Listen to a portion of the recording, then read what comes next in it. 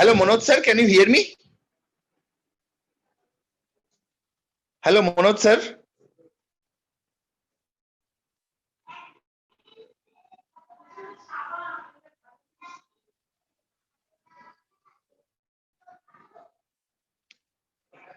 Hello, Manoj sir, can you hear me? If you can hear me, kindly unmute yourself. अपने आप को unmute कर लीजिए please.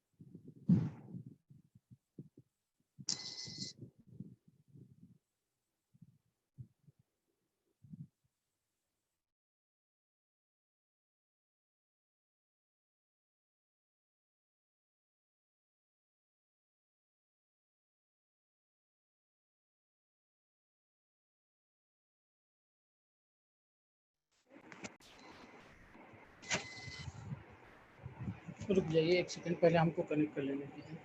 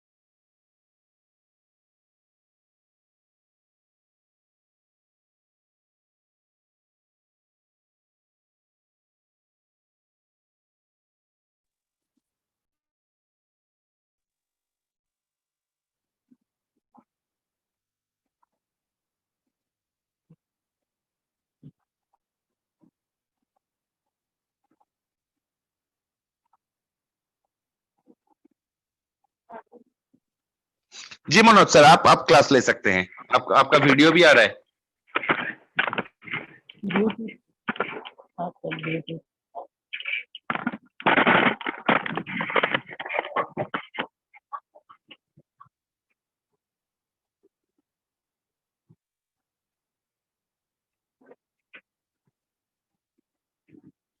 Hello, ji sir. ये sir आवाज आ रही है? ओके, हाँ बिल्कुल आ रही है सर, आप क्लास ले सकते हैं। ठीक ठीक।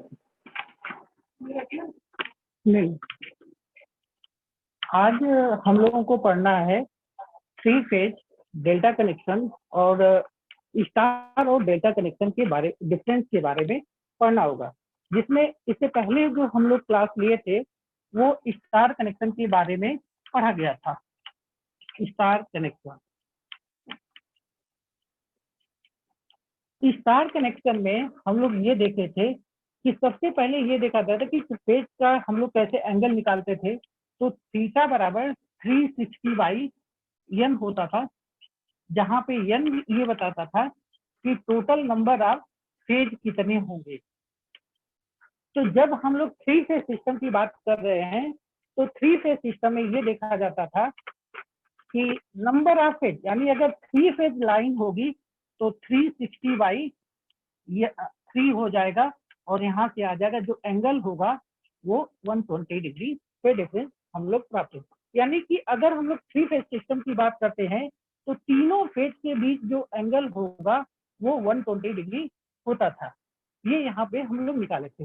उसके बाद स्टार कनेक्शन में ये देखा गया था कि स्टार कनेक्शन में जो रिलेशन आया था वो निकाल के देखा गया था कि जो रियल था, यानी कि लाइन वोल्टेज, वो फेज वोल्टेज के अंडर रूट 3 टाइम्स होता था। यानी जो लाइन वोल्टेज है वो फेज वोल्टेज के अंडर रूट 3 टाइम्स, ये स्टार कनेक्शन में ये वैल्यू हमें प्राप्त हुई थी। दूसरा जो मान आया था वो लाइन करंट जो थी वो फेज करंट के बराबर होती थी। यानी कि ये बातें जब हम लोग पढ़ रहे थे स्टार कनेक्शन में डेरिवेट करके ये निकाला गया था कि जो वैल्यू हमें स्टार कनेक्शन में प्राप्त होती थी, line voltage equal two phase voltage के अंडर रूट 3 टाइम्स होती थी और लाइन करंट जो है वो फेज करंट के बराबर होती थी। किसमें? स्टार कनेक्शन में। आज जो हम लोग कनेक्शन पढ़ा जाएगा वो डेल्टा कनेक्शन के बारे में पढ़ना होगा। तो डेल्टा कनेक्शन की अगर हम लोग बात करते हैं, किसमें? डेल्टा कनेक्शन में। डेल्टा कनेक्शन,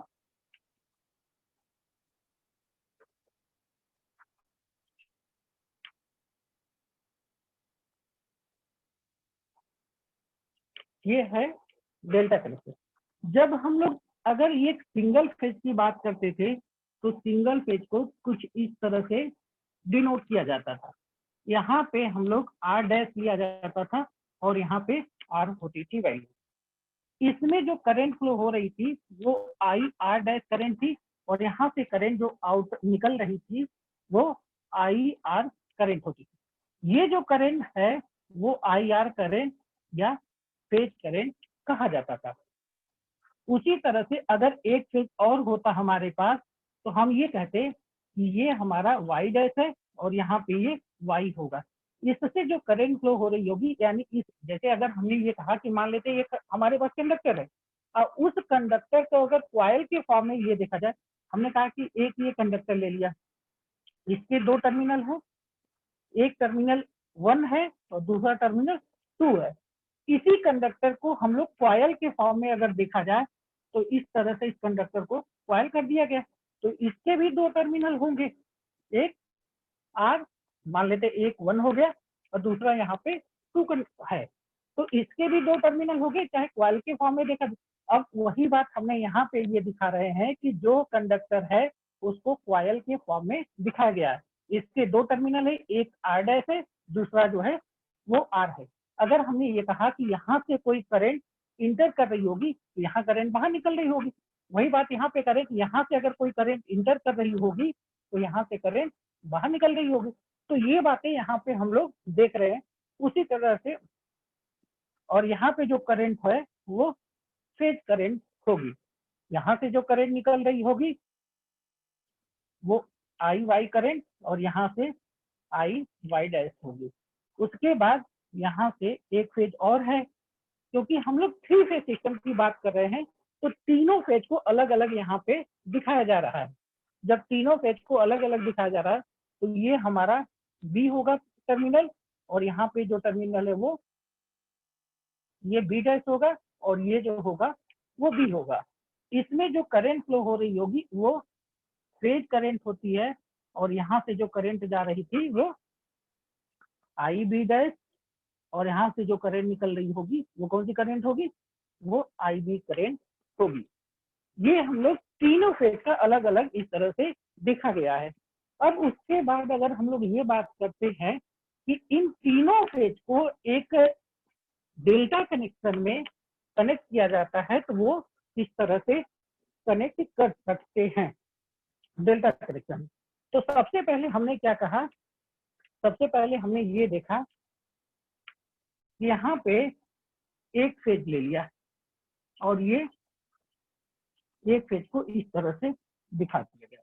इसके भी 2 टर्मिनल हो गए, इसके भी 2 टर्मिनल। एक टर्मिनल को हमने यहाँ पे इस तरह से बाहर निकाल दिया गया। अब ये टर्मिनल जो निकल रहा है इसी को हम लोग आर टर्मिनल कह रहे होंगे, और यहाँ से एक टर्मिनल ये बाहर निकाल दिया गया, इसको हम लोग आर डैश करंट कह रहे होंगे। यहाँ से जो करंट जा रही होगी वो आई आर डैश करंट होगी, क्योंकि आई आर डैश से ही करंट इंटर कर रही होगी और आई आर से करंट बाहर निकल रही होगी। तो ये हमारा आई आर करंट हो गया।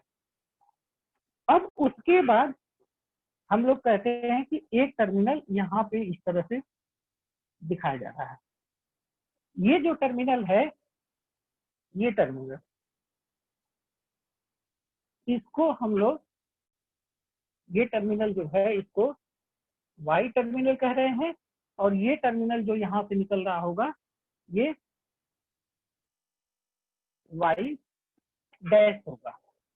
ये तो हो रहा होगा, ये वाई डैश है और ये ऊपर वाला आर होगा, क्योंकि 2 टर्मिनल इसके भी होंगे।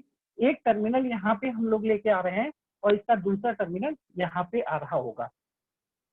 ये जो है, अब क्या होता था कि यहाँ से वाई डैश से करंट इंटर कर रही थी, आई वाई डैश से करंट, यानी वाई डैश से करंट इंटर कर रही थी और वाई से करंट बाहर निकल रही थी। तो यहाँ पे आई वाई करंट होगी। अब उसके बाद हम लोग बात करते हैं कि एक हमारे पास और बचा है फेज, उसको इस तरह से कनेक्ट किया गया है। ठीक, या ये जो है यहाँ पे ये कंडक्टर है और ये एक टर्मिनल ये आ रहा होगा और दूसरा टर्मिनल, इसको हम लोग बी टर्मिनल कह रहे हैं, और ये जो टर्मिनल होगा वो बी डैश होगा। तो बी डैश से करंट इंटर कर रही होगी, यानी आई बी डैश करंट इंटर कर रही होगी और बी से करंट एग्जिस्ट कर रही होगी, बाहर निकल रही होगी, तो इसको हम लोग आई बी करंट कह रहे होंगे। यानी कि यहाँ से ये देखा जाए, ये करंट इस तरह से आ रही होगी, इसी को हम लोग फेज करंट कह रहे थे। यानी कि ये जो करंट होगी वो कौन सी करंट होगी, आई वाई करंट। यहाँ पे जो करंट इस तरह से जा रही होगी, ये जो करंट है वो इस तरह से जा रही होगी, यहाँ से करंट ऐसे जा रही होगी, ऐसे बाहर निकल रही होगी। तो ये जो करंट होगी वो आई आर करंट होगी, और यहाँ से करंट जो इंटर कर रही, यहाँ से इंटर कर रही होगी, ये आई बी करंट होगी। ये जो कनेक्शन हम लोगों को दिख रहा होगा, इसी कनेक्शन को डेल्टा कनेक्शन कहा जाता है। हम लोग इसको अलग है, अगर हम लोग ये कहे कि ये जो कंडक्टर है इसको अगर इस तरह से दिखाया जाए, हमने कहा कि मान लेते हैं कि हमारे पास ये कंडक्टर है, इस तरह से यहाँ पे दिखा दिया गया, और यहाँ पे इस तरह से, और ये, तो हमने इसको डेल्टा के फॉर्म में चेंज कर लिया। ये जो है ये आर हो गया, ये वाई हो गया, और यहाँ से ये बी आ रहा होगा। आर, वाई और बी होगा। अब अगर हम लोग कहें कि इसमें कौन सी करंट फ्लो हो रही होगी, इसमें कौन सी करंट फ्लो हो रही होगी, तो ये देखा जा रहा होगा कि इसमें करंट कौन सी होगी। यहाँ पे अगर हम लोग करंट कहें तो ये कहा जा सकता है कि I R minus I Y dash.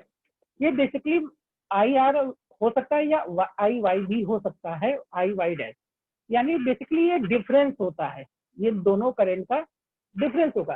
क्योंकि इसमें अगर ये देखा जाए कि कौन सी कितनी रिजल्टेंट करंट फ्लो हो रही होगी, तो हम ये कह सकते हैं कि I R minus I Y जो करंट होगी वही इसकी रिजल्टेंट करंट होगी, वही यही तो इसकी रिजल्टेंट करंट होगी।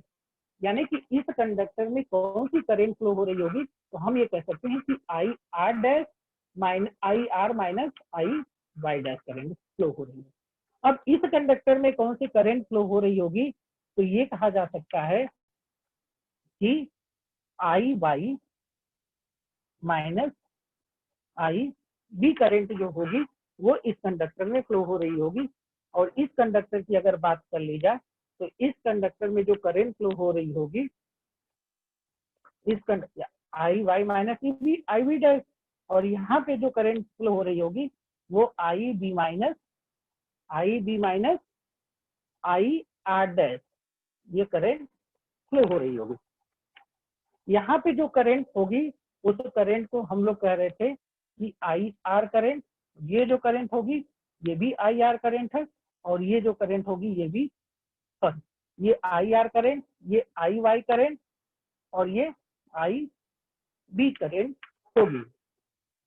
और ये जो है यहाँ पे कौन सी करंट हम लोग कह रहे हैं कि यहाँ पे क्या हो गया, ये आई बी करंट होगी और ये आई आर करंट होगी, ये आई वाई आई आर और आई बी करंट होगी। अगर हम लोग थोड़ा सा ये देखा जाए कि इनके बीच लाइन करंट और फेज करंट क्या होगी, यहाँ पे लाइन करंट और फेज करंट के बीच क्या रिलेशन होगा, तो वो चीजें अगर यहाँ पे ये देखा जाए कि लाइन करंट और फेज करंट के बीच क्या रिलेशन निकल के आ रहा होगा, तो अगर हम लोग ये देख लेते, हमने ये कहा कि यहाँ पे या सबसे पहले ये बात कर लेते हैं भाई लाइन करंट और फेज करंट के बीच क्या रिलेशन होगा। तो हम ये कहते हैं कि मान लेते एक अमीटर यहाँ पे हमने लगा दिया, एक अमीटर लगाया तो इस कंडक्टर में जितनी भी करंट फ्लो हो रही होगी उसको ये बता देगा कि इसमें कितनी करंट होगी। हमने कहा कि एक यहाँ पे एमीटर लगा दिया है, एक एमीटर यहाँ पे भी लगा दिया गया, इसमें भी जो करंट फ्लो हो रही होगी वो मेजर कर लेगा, और यहाँ पे भी एक एमीटर लगा दिया गया, उसमें जो करंट फ्लो हो रही होगी उसको वो मेजर कर लेगा कि कितनी करंट फ्लो हो रही होगी। इसका मतलब अगर हम लोग ये देखते हैं कि अगर ये कहा जाए कि यहाँ पे अगर 2 एम्पियर की करंट फ्लो हो रही होगी और यहाँ से 3 एम्पियर की करंट फ्लो हो रही होगी, अगर हमने ये कहा कि जैसे यहाँ पे ये देखा गया कि एक एमीटर यहाँ पे हमने लगा दिया, जब एमीटर यहाँ पे लगाया गया तो इसमें जो रिजल्टेंट करंट इस कंडक्टर में फ्लो हो रही होगी उसकी वैल्यू को हम लोग देख लेंगे कि कितनी करंट यहाँ पे फ्लो हो रही होगी। अगर हमने ये मान लिया कि इस कंडक्टर से जो करंट जा रही होगी, इस कंडक्टर से अगर 5 एम्पियर की करंट होगी और इस कंडक्टर से जो करंट जा रही होगी वो 2 एम्पियर की करंट होगी, तो हम ये कह सकते हैं कि यहाँ पे जो रिजल्टेंट करंट होगी वो 5 माइनस 2 हो जाएगी, यानी कि 3 एम्पियर की इस कंडक्टर में करंट फ्लो हो रही होगी। यानी इस कंडक्टर ये अमीटर जो है वो 3 एम्पियर की करंट को बता रहा होगा। दूसरी बात, अगर हम ये कहें कि यहाँ पे भी एक एमीटर लगा दिया गया होता, ये एमीटर ही पढ़ के बताया है कि 5 एम्पियर की करंट फ्लो हो रही है, यानी अब इसका मतलब हम ये तो नहीं कह सकते ना कि जितनी करंट इसके बीच होगी, इस एमीटर के बीच वही करंट इसमें भी होगी। इन दोनों करंट में डिफरेंस तो होगा, इन दोनों करंट में अंतर होगा। अब इन्हीं दोनों करंट का, यानी हम ये नहीं कह सकते हैं कि जो लाइन करंट या फेज करंट बराबर हो सकती है, तो उसके लिए जब हम ये जानते हैं कि एसी सर्किट में जब तक फेजर डायग्राम नहीं बनाया जाएगा तब तक ये नहीं बता सकते हैं कि लाइन करंट की वैल्यू कितनी होगी और फेज करंट की वैल्यू क्या बीच रिलेशन निकल रहा होगा। ये बात तो नहीं हो सकती है कि लाइन करंट और फेज करंट के बीच क्या रिलेशन निकल के आ रहा होगा, लेकिन हाँ एक बात अगर हम ये कहें कि लाइन वोल्टेज और फेज वोल्टेज के बीच क्या रिलेशन होगा, उसकी थोड़ा सा हम लोग यहाँ पे चर्चा करते हैं और ये देखा जाए कि क्या वैल्यू हो सकती है। हमने ये कहा कि यहाँ पे इन दोनों यहाँ पे एक वोल्ट मीटर लगा दिया गया। ये तो पता ही होगा कि एमीटर जो है हमेशा सर्किट के सीरीज में लगाया जाता है। अगर हम ये कहें कि एमीटर अगर एमीटर है तो एमीटर हमेशा जो है वो सर्किट की सीरीज में लगाया जाता है, जबकि वोल्ट मीटर हमेशा सर्किट के पैरेलल में लगाया जाता है। तो इसलिए लगाया जाता है क्योंकि हम यहाँ पे, और दूसरी बात ये है कि हमने ये कहा कि यहाँ पे एक वोल्ट मीटर लगा दिया गया। अब वो वोल्ट मीटर इन दोनों टर्मिनल के बीच अगर हम मानते हैं कि इन दोनों टर्मिनल के बीच अगर एक वोल्ट मीटर लगा रहे होंगे तो यहाँ से यहाँ तक का वोल्टेज तो ये बता देगा कि कितना वोल्टेज इन दोनों टर्मिनल के बीच कितना वोल्टेज होगा, वो वैल्यू बता देगा। अगर हम ये कहें कि यानी कि यही टर्मिनल तो आके यहाँ पे मिल रहा होगा और ये टर्मिनल यहाँ पे आके मिल रहा होगा, इन दोनों टर्मिनल के बीच अगर एक वोल्ट मीटर लगा दिया जाए तो यहाँ इसमें बता देगा कि कितना वोल्टेज होगा। तो ये देखने से ये नहीं, ये देखने से ये पता चल रहा होगा कि इन इसी टर्मिनल पे ये आके मिल रहा होगा, तो जितना यही वोल्टेज तो यहाँ पे आ रहा है और यही वोल्टेज यहाँ पे होगा, तो इसका मतलब ये पता चल रहा होगा कि ये जो वोल्टेज होगा वही वोल्टेज ये भी होगा, वही वोल्टेज ये भी होगा। अगर हम लोग इधर से भी लगा सकते हैं, यहाँ पे एक वोल्ट मीटर लगा दिया गया तो ये बता देगा कि ये वोल्टेज इस टर्मिनल और इस टर्मिनल के बीच कितना वोल्टेज होगा और इन दोनों टर्मिनल के बीच कितना वोल्टेज होगा, तो हम लोग ये बता सकते हैं। तो ये देखने से ये पता चल रहा है कि जितना वोल्टेज इसका होगा उतना ही वोल्टेज इसका भी होगा। तो हम ये कह सकते हैं कि डेल्टा कनेक्शन में जो है, अब इसमें एक चीज और देख लेते हैं। हम ये कह रहे हैं कि लाइन वोल्टेज और फेज वोल्टेज क्या होता है। तो हम लोग जब स्टार कनेक्शन पढ़े थे तो उसमें देखा गया था कि लाइन करंट और फेज लाइन करंट या फेज करंट, लाइन वोल्टेज या फेज वोल्टेज की डेफिनेशन के बारे में पढ़ा गया था। तो उसमें अगर हम लोग ये देख रहे थे कि जो लाइन वोल्टेज है, अगर हम ये कह रहे थे कि किन्हीं भी दो लाइनों के बीच जो वोल्टेज होता है उसी को हम लोग लाइन वोल्टेज कहा जाता है। किन्हीं भी दो लाइनों के बीच का जो वोल्टेज होगा, अब लाइन कौन सी होगी, ये भी लाइन है, ये L1 लाइन है, ये L2 लाइन है और ये L3 लाइन है, ये लाइन और ये लाइन और ये लाइन, तो इसको हम लोग लाइन वोल्टेज कहा जाता है। और फेज वोल्टेज की अगर हम लोग बात कर रहे थे तो इस R और R के बीच में जो वोल्टेज हमें प्राप्त हो रहा था उसी को फेज वोल्टेज कहा जा सकता है या उसी को फेज वोल्टेज कहते थे। तो अगर ये कहा यहाँ पे ये देखा जाए इन दोनों टर्मिनल के बीच ये जो वोल्टेज है इसी को तो हम लोग फेज वोल्टेज कह रहे होंगे। यहाँ पे क्या कह रहे हैं, ये जो हमारा वोल्टेज है वो फेज वोल्टेज है और ये जो वोल्टेज है उसको हम लोग लाइन वोल्टेज कहते हैं। तो ये हम यहाँ पे ये कह सकते हैं कि जो फेज वोल्टेज होगा वही लाइन वोल्टेज के बराबर होगा। एक बात और है कि ये सभी बातें हम लोग तभी कह रहे हैं कि जब हमारा सिस्टम बैलेंस कंडीशन में है। अगर ये कहते कि इसका इम्पीडेंस जितना है उसी उतना ही इम्पीडेंस इसका भी है, उतना ही इम्पीडेंस इसका भी है, यानी सभी इम्पीडेंस की वैल्यू जो है वो समान है, यानी बैलेंस। जब ये सिस्टम बैलेंस कंडीशन में होगा तब ये सारी कंडीशन जो है वो सेटिस्फाइड होगी। तो हमने ये कहा कि ये देखने से ये पता चला कि यहाँ पे जो लाइन वोल्टेज है वही फेज वोल्टेज होगा जब ये दोनों वोल्टेज। एक बात तो हम ये कह सकते हैं कि यहाँ पे जो लाइन वोल्टेज है वही फेज वोल्टेज कहलाता है। फेज इम्पीडेंस यानी कि सिस्टम पूरा बैलेंस कंडीशन में होगा।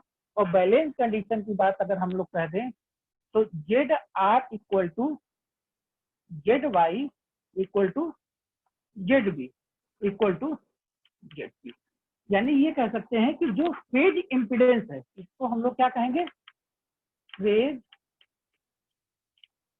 इम्पीडेंस, इसको हम लोग कहते हैं फेज इम्पीडेंस। यानी जितना मान इसका होगा, फेज इम्पीडेंस का मतलब क्या हो गया कि अगर हम लोग जब एसी सर्किट पढ़ रहे थे तो उसमें ये देखा गया था कि उसके तीनों कंपोनेंट आते थे R square plus XL minus XC का होल स्क्वायर। तो ये चाहे इंडक्टेंस भी हो सकता है, उसके साथ रेजिस्टेंस भी हो सकता है और कैपेसिटेंस भी हो सकता है। तो उस केस में हम लोग इम्पीडेंस की वैल्यू को लिखा जाता था। तो वही हम बता रहे हैं यहाँ पे कि जो फेज इम्पीडेंस है वो सभी के लिए बराबर होगा। क्या होगा? वो सभी के लिए बराबर होगा। अब अगर हम लोग यहाँ पे ये देखे है कि फेज लाइन वोल्टेज और फेज वोल्टेज के बीच क्या रिलेशन आया है, तो हम ये कह सकते हैं कि V R Y V Y B V V R Y V Y B और V R V B R, ये जो है वोल्टेज, इसको हम लोग फेज वोल्टेज कहते हैं। या ये कह सकते हैं कि V R Y equal to V Y V equal to V B R equal to V R. यानी इसको, ये हमारा जो है वो फेज वोल्टेज है, इसको हम लोग कहते हैं फेज वोल्टेज। और ये जो है आपका लाइन वोल्टेज, ये जो होगा वो लाइन वोल्टेज होगा, ये बी है। और यहाँ पे ये हो जाएगा बीपी। अब उसके बाद अगर हम लोग ये बात कर रहे हैं, ये देखा गया यहाँ पे कि जो लाइन वोल्टेज है वो फेज वोल्टेज के बराबर होगा। कब बराबर होगा? जब सिस्टम बैलेंस कंडीशन में होगा। तो हम ये देख रहे हैं कि जो वोल्टेज यहाँ का होगा वही वोल्टेज यहाँ पे भी हमें मिला। अगर ये कहते कि यहाँ पे 230 वोल्टेज मिल रहा है तो यहाँ पे भी देखा जाएगा कि 230 वोल्टेज ही मिल रहा होगा। तो ये जो है लाइन वोल्टेज और फेज वोल्टेज के बराबर होगा। क्या होगा? कि जो लाइन वोल्टेज है वो फेज वोल्टेज के बराबर हो रहा होगा। अब उसके बाद हम लोग देखते हैं कि लाइन करंट फेज करंट के बराबर नहीं थी। क्योंकि हम ये देख रहे थे कि अगर ये लाइन करंट है, इसी को तो हम लोग बोल रहे हैं कि ये सभी जो है वो लाइन है। और जब लाइन, तो इस कंडक्टर में जो करंट फ्लो हो रही होगी उसको हम लोग लाइन करंट कह रहे हैं। और इस कंडक्टर के बीच में जो करंट फ्लो हो रही होगी उसको फेज करंट कहते हैं। तो लाइन करंट और फेज करंट की वैल्यू अलग अलग है। तो उसके लिए जब भी हम लोग रिजल्टेंट वैल्यू यानी प्राप्त करनी होती थी तो उसके लिए एसी सर्किट में फेजर डायग्राम ड्रॉ करते थे। तो यहाँ पे हम लोग एक फेजर डायग्राम बनाते हैं स्टार डेल्टा कनेक्शन का, डेल्टा कनेक्शन का फेजर डायग्राम। फेजर डायग्राम से हमें एक्चुअल चीज पता चलेगी कि कितनी वैल्यू जो है लाइन करंट और फेज करंट के बीच होगी, कितनी एक्चुअल वैल्यू होगी लाइन करंट और फेज करंट के बीच में। तो हमने ये कहा था कि सबसे पहले ये देखा गया था कि तीनों फेज के बीच जो डिफरेंस होता है, यानी ये कहा गया था कि 120 डिग्री फेज डिफरेंस होता है। यानी फेज वोल्टेज जब हम लोग निकाल रहे थे तो उनके बीच जो प्रत्येक फेज के बीच जो डिफरेंस होता है, यानी प्रत्येक फेज का जो एंगल बनता है वह 120 डिग्री या 120 डिग्री बनेगा। तो हमने ये कहा कि ये हमारा वी आर वाई है, यही जो है आपके फेज वोल्टेज के बराबर है। ये वी वाई बी और वी बी आर, ये सभी जो है वो फेज वोल्टेज है, ये सभी जो है फेज वोल्टेज है। अगर हम ये मान लेते कि जो सर्किट दिया हुआ था वो एक तरह से प्योर रेजिस्टिव सर्किट होगा, तो प्योर रेजिस्टिव सर्किट के केस में ये हम लोग एक कंडीशन पढ़ा गया था, एक बात आई थी कि प्योर रेजिस्टिव सर्किट होता था तो वहां पे जो वोल्टेज, यानी कि वहां पे जो वोल्टेज आता था V बराबर Vm sine omega T, voltage और करंट के बीच रिलेशन आया था। आई बराबर I am sine omega T, ये इक्वेशन नंबर 2 था। तो जब हम लोग इसका फेजर डायग्राम देखा गया था तो ये देखा गया था कि जहां अगर एक कहा गया था कि 0 डिग्री की रेफरेंस लाइन ड्रॉ कर लेंगे, इसके बीच एंगल कितना है 0 डिग्री और इसके बीच कितना एंगल है वो 0 डिग्री है। तो अगर हम ये कह रहे हैं कि वोल्टेज अगर यहीं पे है तो करंट भी इसी फेज में होगा।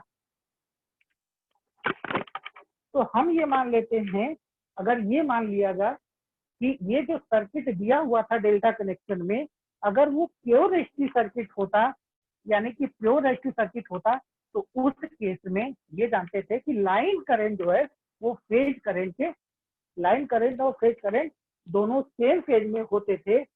तो ये कहा जा सकता है यहाँ पे ये जो हमें वैल्यू मिल रही होगी वो क्या मिल रही होगी, फेज करंट आईपी, यानी दोनों वैल्यू इसी में तो सेम हो गई, यहाँ पे भी आईपी हो जाएगा और ये भी आईपी होगा। या ये कह सकते हैं ये I R, I Y, I B और आई वाई होगा। ये कब हो रहा है कि जब हम ये मान लेते कि जो सर्किट दिया गया है, यानी कि ये जो डेल्टा कनेक्शन दिया हुआ है,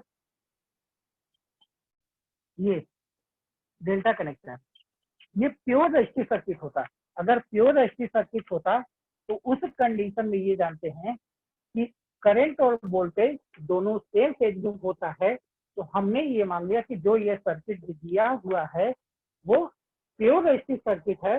जब प्योर एचटी सर्किट होगा तो उस केस में लाइन, उस केस में करंट और वोल्टेज दोनों सेम फेज में होगा। तो प्रत्येक फेज के बीच जो एंगल आया था वो 120 डिग्री, 120 डिग्री और ये भी 120 डिग्री होगा। अगर हम ये कहते कि ये जो वोल्टेज है ये, इसको अगर हम लोग इसके, क्योंकि हमको इन दोनों के बीच रिजल्टेंट निकालना है, इन दोनों के बीच, तो यहाँ पे अगर हम लोग ले आते नीचे तो ये वैल्यू जो होती माइनस आई आर हो जाता, sorry minus I B, minus I B, क्योंकि यही तो हम लोग इसके, जब इसके अपोजिट में आएगा तो ये वैल्यू क्या हो जाएगी, निगेटिव हो जाएगी और ये जो वैल्यू है वो फेज करंट के बराबर होगी। अब उसी तरह से इन दोनों के बीच अगर रिजल्टेंट वैल्यू हमें प्राप्त करनी होती है तो हम ये कहते थे कि इन दोनों, इसके पैरेलल लाइन यहाँ से ड्रॉ करेंगे और इसके पैरेलल लाइन यहाँ से ड्रॉ करेंगे, जहां दोनों एक दूसरे को कट करेगी वही इसका रिजल्टेंट होगा, वही इसका रिजल्टेंट होगा। तो ये जो करंट है, ये जो करंट कौन सी है, आई वाई माइनस आई बी, यही तो हमें पता चल रहा होगा। ये बेसिकली हम लोग वेक्टर को जोड़ रहे हैं और जब वेक्टर को जोड़ा जा रहा है तो यहाँ पे आई आर प्लस ये वैल्यू माइनस है, ये माइनस आई बी हो जा रहा होगा, यानी यही तो वैल्यू हमें प्राप्त हो रही होगी। या इसको लिख सकते हैं आई वाई माइनस आई बी। और यही बात हम लोग यहाँ पे ये देखा गया था कि इसमें जो करंट इन दोनों का डिफरेंस होता था, तो यही तो लाइन करंट है। तो ये कह सकते हैं कि जो हमें रिजल्टेंट यहाँ पे प्राप्त हो रहा है, यहाँ पे जो रिजल्टेंट प्राप्त हो रहा होगा वही लाइन करंट होगा। तो इसको हम लोग लाइन करंट, यहाँ से यहाँ तक जो वैल्यू होगी वो लाइन करंट होगी, यानी ये इसका जो मान होगा वो लाइन करंट होगा यहाँ से यहाँ तक, क्योंकि इन दोनों का रिजल्टेंट क्या है, आई वाई माइनस आई बी। और ये जो है इन्हीं भी दो लाइन और ये भी दो लाइन के बीच का जो डिफरेंस हमें दिख रहा है वही लाइन करंट होता है। तो यहाँ पे ये पता चला कि I Y minus I B equal to ये वैल्यू हमें प्राप्त हो रही होगी। अब हमने ये कहा कि यहाँ से एक लंब डाल देते हैं।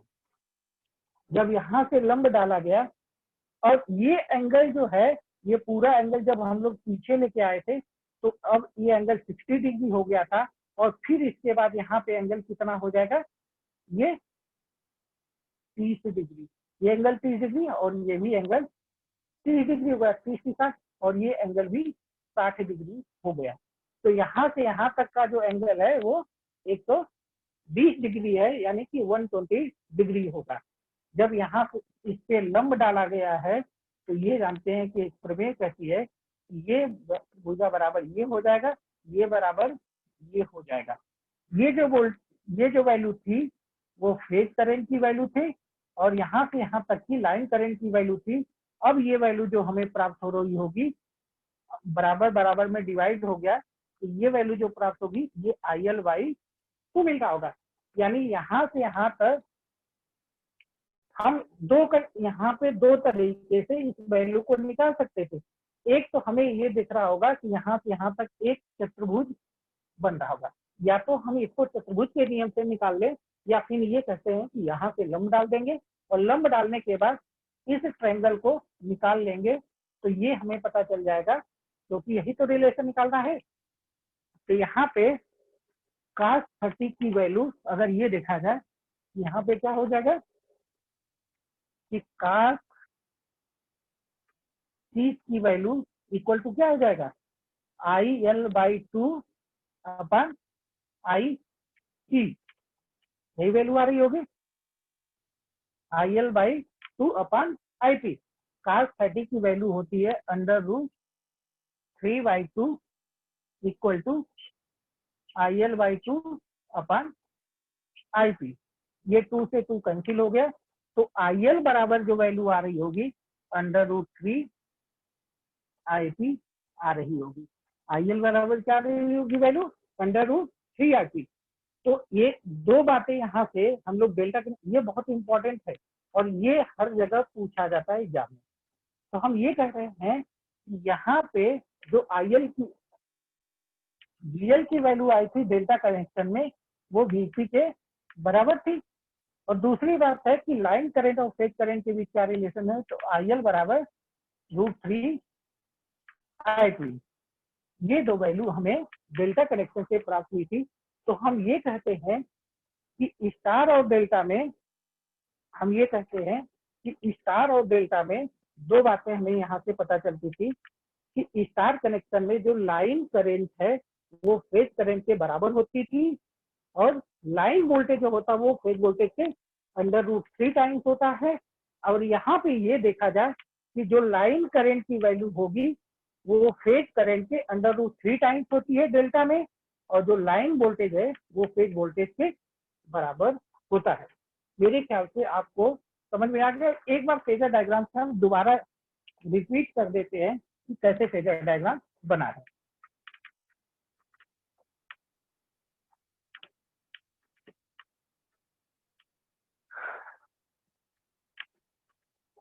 हमने ये कहा कि अगर ये देखा जा रहा था कि तीनों फेज, प्रत्येक फेज के जो बीच का एंगल होता था वो 120 डिग्री होगा, यानी प्रत्येक फेज के बीच का जो एंगल होगा वो 120 डिग्री होता है। तो प्रत्येक तीनों फेज हमने बना लिया, और इन तीनों फेज का जो ये मान लेते हैं VRY, VYB और VBR, ये होगी वैल्यू। इन तीनों के बीच जो एंगल है वो 120 डिग्री, ये भी एंगल 120 डिग्री होगा और ये भी एंगल 120 डिग्री होंगे। तीनों एंगल जो है 120 डिग्री के फेज डिफरेंस पे। हमने ये कहा था कि 3 फेज के सिस्टम में या 3 फेज के सिस्टम में हम लोग एंगल निकालने के लिए ये देखा जाए कि अगर थीटा बराबर 360/n होगा, n जो है वो नंबर ऑफ फेज को डिनोट कर रहा है। तो हम लोग जो ये सिस्टम पढ़ रहे हैं वो 3 फेज का सिस्टम पढ़ रहे हैं, तो 3 फेज के सिस्टम यानी कि फेजों की संख्या कितनी हो जाएगी, 3 हो जाएगी। तो 360/n करेंगे, n का मतलब 3। तो प्रत्येक फेज के बीच जो एंगल प्राप्त हो रहा था वो 120 डिग्री हमें एंगल मिल रहा था। यहाँ पे ये तीनों फेज का एंगल जो है वो 120 डिग्री या 120 डिग्री पता चल रहा होगा। अब अगर हमने ये कहा कि जो हमारे पास सर्किट दिया हुआ था डेल्टा कनेक्शन, उसको अगर प्योर एसी सर्किट मान लेते थे, तो प्योर एसी सर्किट के केस में ये होता था कि जो करंट है वो वोल्टेज दोनों सेम फेज में होते थे, यानी कि जिस फेज में करंट वोल्टेज है उसी फेज में करंट भी होगी। तो ये फेज है, और जब ये फेज है तो यहाँ पे जो करंट होगी वो भी फेज करंट होगी। ये आई आर यहाँ पे कौन सी होगी, आई वाई, और यहाँ जो होगी वो आई भी करंट होगी। अब उसके बाद हमने ये कहा कि इसको जो है आप इसके पीछे लेके आइए, इन दोनों का रिजल्टेंट करंट निकालना था। तो ये जो करंट है ये आई बी करंट है, और ये करंट है पीछे लेके आए तो हम लोग नेगेटिव साइन लग जाएगा, और यहाँ पे जो करंट है वो आई वाई करंट है।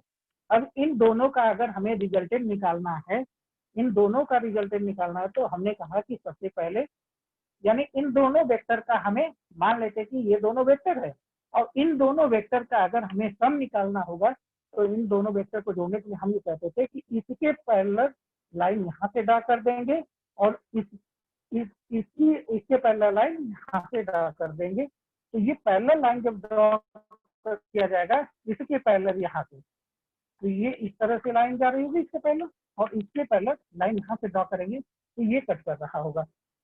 इन दोनों वेक्टर को जोड़ा गया है, ये आई Y plus minus I B, ये वैल्यू हमें प्राप्त हो रही होगी। ये जो है वो कौन सी करंट है, फेज करंट है, यानी ये जो करंट है वो फेज करंट है, ये भी करंट फेज करंट। ये जो इसका रिजल्टेंट हमें प्राप्त हो रहा होगा ये आई Y minus I B, I Y minus I B, तो ये जो है ये करंट हमें मिल रही होगी, वो लाइन करंट प्राप्त हो रही होगी। जब हमने इस एंगल को पीछे यहाँ पे ड्रॉ किया था तो ये पूरा एंगल जो है वो 60 डिग्री हो गया, और जब यहाँ से इसके पहले ये लाइन खींची गई तो ये एंगल जो हमें प्राप्त हो रहा होगा, ये वाला एंगल वो 30 डिग्री हो गया, और ये भी एंगल 30 डिग्री, और ये एंगल 60 डिग्री। इतनी बात। अब उसके बाद हमने ये कहा कि ये पूरा जो है यहाँ से लेके यहाँ तक ये जो वैल्यू है यही तो लाइन वोल्टेज है, लाइन करंट है, ये IL के बराबर है, ये IL के बराबर है। तो यहाँ से हमने कहा था कि एक लंब डाल देंगे, जब लंब डालेंगे तो ये एंगल 90 डिग्री होगा। एक प्रमेय ये कहती है कि ये इक्वल टू, अगर कोई लंब पड़ता तो ये इक्वल टू ये हो जाएगा, ये बराबर ये हो जाएगा। तो इस ट्रायंगल का, इस ट्रायंगल की वैल्यू अगर हम निकाल लेंगे तो ये हमें यहाँ से ये वैल्यू कितनी होगी, IL/2, क्योंकि ये डिवाइड हो गया आधा पे, जब लंब डाल दिया तो ये पूरी वैल्यू IL है, तो इसकी आधी वैल्यू कितनी हो जाएगी, IL/2 हो जाएगी। तो यहाँ से इधर की जो वैल्यू है वो IL/2, और ये भी वैल्यू IL/2 हो गई। अब इस एंगल को हम OAB की बात करते हैं, OAB ट्रायंगल की अगर हम लोग बात करते हैं, ट्रायंगल OAB में अगर ये देखा जाए कि cos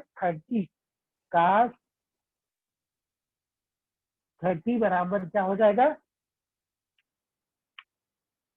बेस बटे, यानी कि IL/2 बटे IP। तो cos 30 की वैल्यू जो आएगी वो √3/2 बटे IL/2 बटे IP। 2 से 2 कैंसिल हो गया, तो ये वैल्यू क्या हो जाएगी, IL बराबर √3IP। ये वैल्यू हमें यहाँ पे प्राप्त हो रही है, इतनी वैल्यू हमें यहाँ पे प्राप्त हो रही है। अब उसके बाद अगर ये देखा जाए कि इन दोनों के लाइन करंट और फेज करंट के बीच डिफरेंस की वैल्यू, सॉरी, ये देखा जाए कि स्टार और डेल्टा करंट, डेल्टा कनेक्शन के बीच क्या अंतर होता है या क्या डिफरेंस है, उसके बारे में देखा जाए।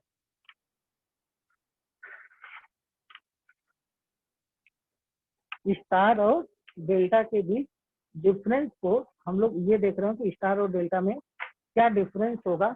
तो एक तरफ स्टार और दूसरी तरफ डेल्टा बना लेते हैं। ये जो है यहाँ पे हेडिंग डाल दीजिए, difference between star and delta connection.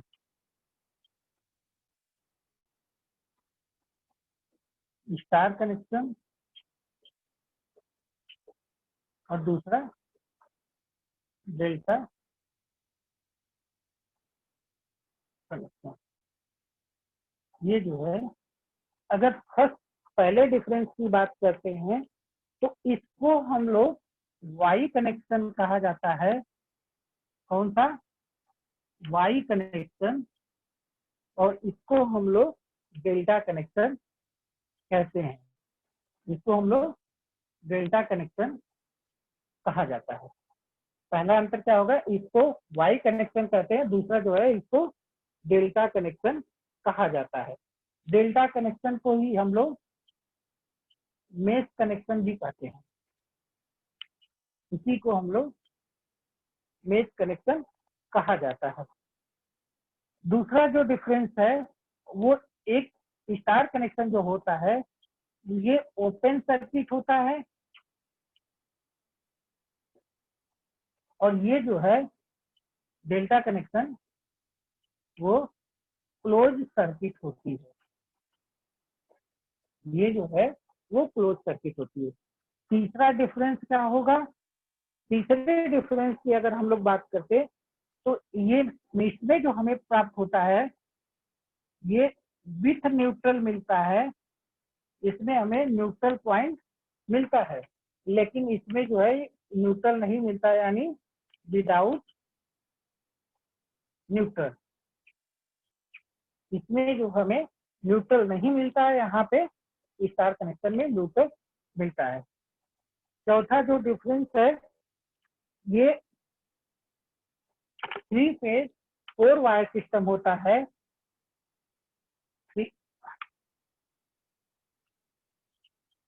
3 phase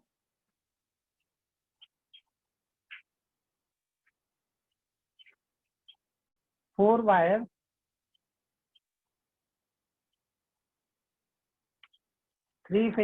system होता है, और इसमें जो होता है वो 3 फेज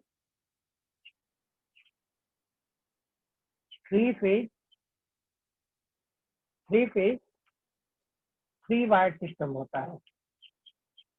3 वायर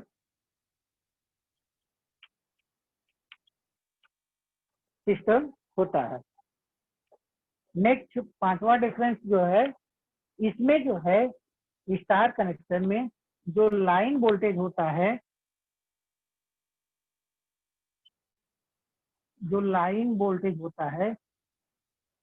वो फेज वोल्टेज के √3 टाइम्स होता है, यानी किसके? फेज वोल्टेज के। और इसमें जो होता है वो line voltage equal to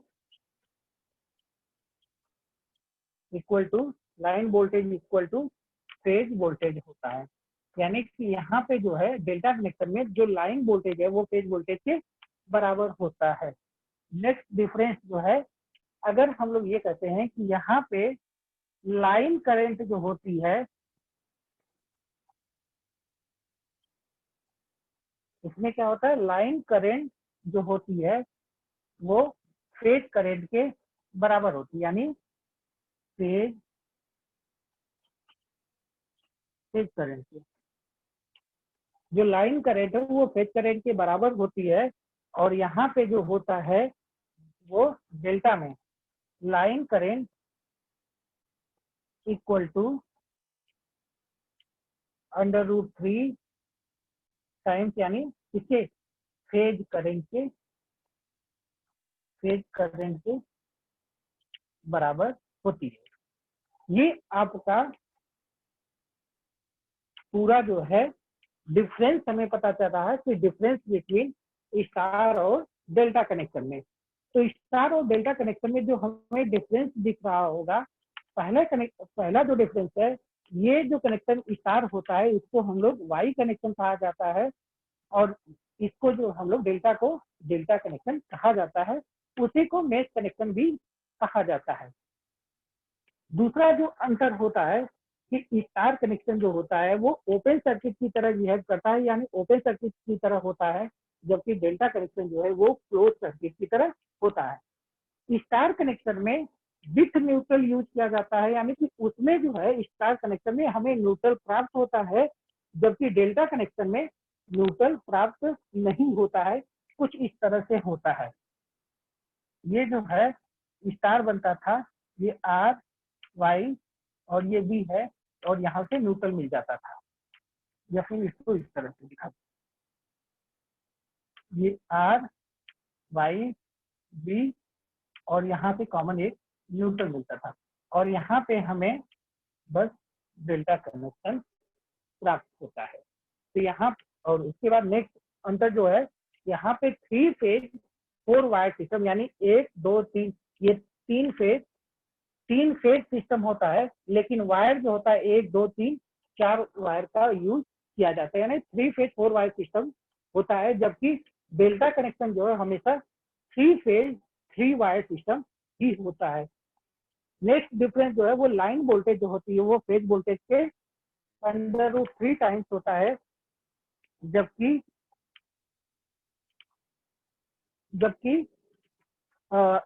delta में जो लाइन वोल्टेज है वो फेज वोल्टेज के बराबर होता है।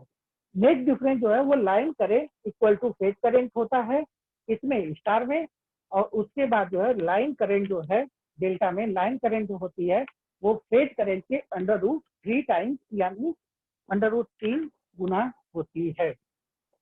ये रहा स्टार और डेल्टा में डिफरेंस की बात हो गई।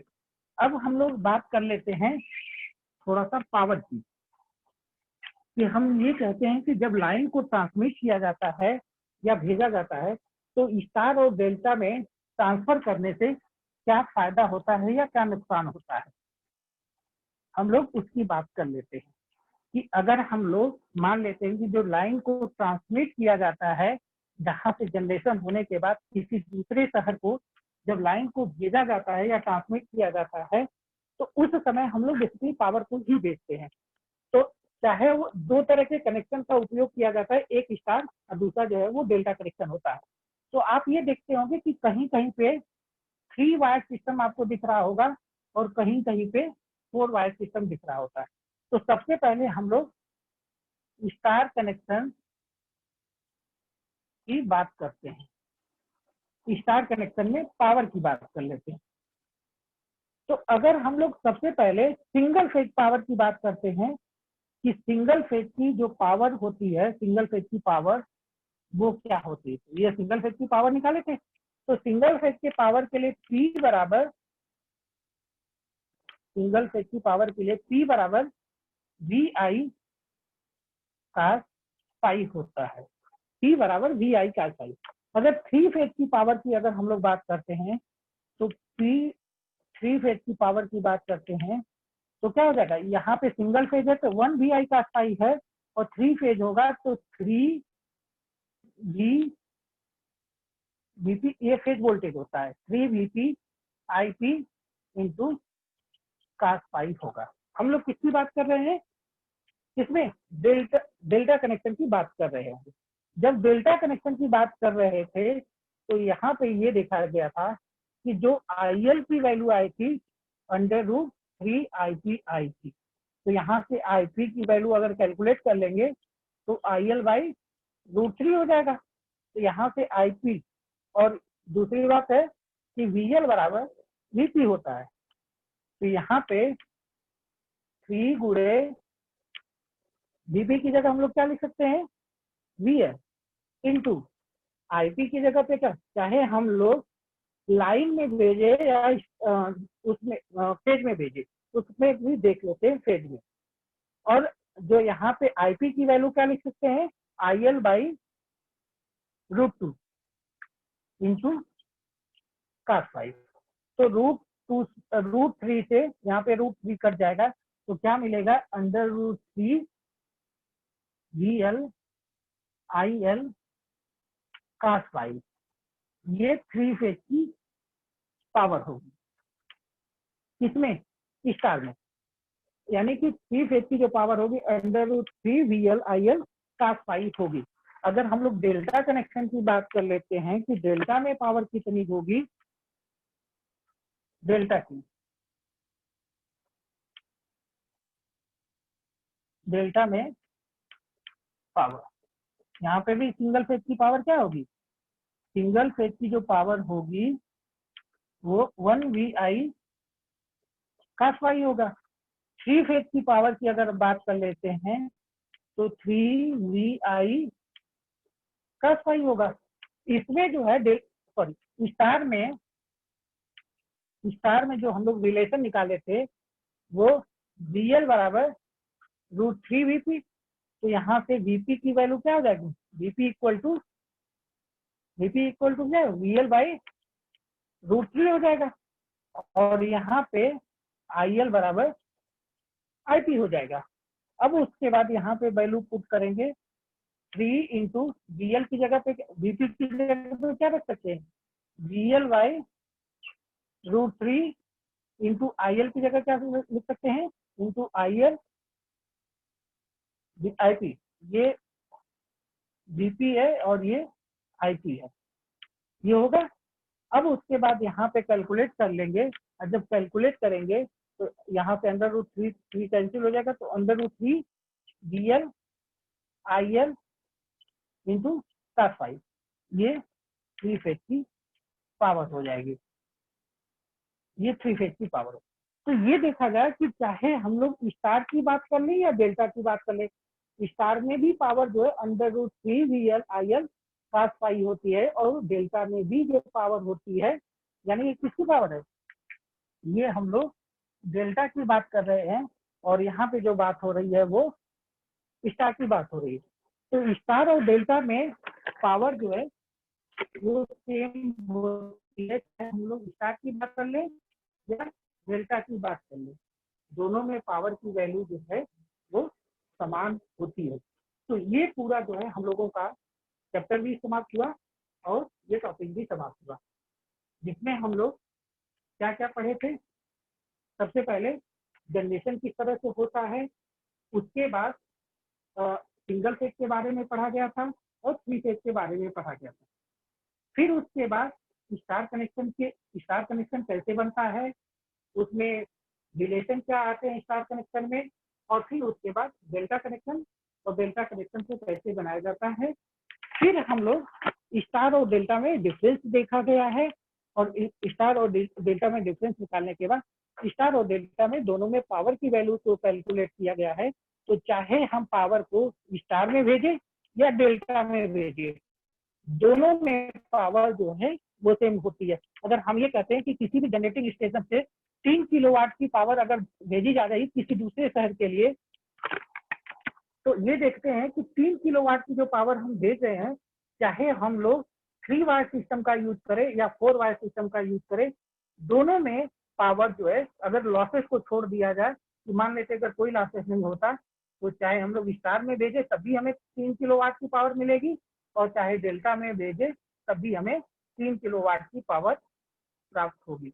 तो इसलिए जो है, चाहे हम लाइन को स्टार में कनेक्ट करें या डेल्टा में भेजें, दोनों जगह जो है पावर की वैल्यू हमें सेम प्राप्त होती है।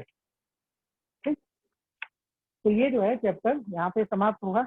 नेक्स्ट चैप्टर हम लोग पढ़ रहे हैं, नेक्स्ट चैप्टर जो पढ़ा जा रहा है वो single phase induction. Sir already time up, kindly conclude please. ठीक है sir, thank you. Next chapter जो है वो सिंगल फेज इंडक्शन मोटर के बारे में हम लोग अगली क्लास में पढ़ेंगे। Thank you sir. Thank you, sir. Thank you very much. When is this meeting?